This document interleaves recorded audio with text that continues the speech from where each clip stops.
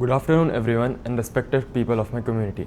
Today I am standing before you asking for your support in the local body elections. So I want your voice to be represented in that. Our area has been neglected for a long time and I think it should be represented and it deserves a better quality leadership and governance. So we have a number of problems going on in here.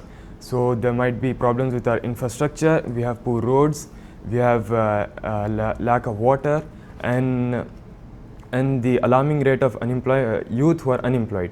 So this is what the democracy has amounted us to, right? And we don't want to continue this. So today I think I will be forefront of this, and I want my government to be transparent and be the good example of a good governance. So I am contesting because I believe our community deserves better. I want to work for better roads, better infrastructure, good hospitals, schools, and better infrastructure for our people and the employment of our youth. So I want everyone, all of us, to question ourselves because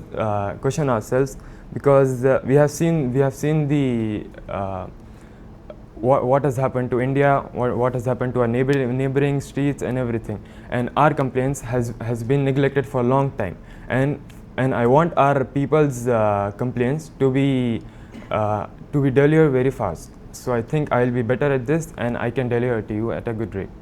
Thank you.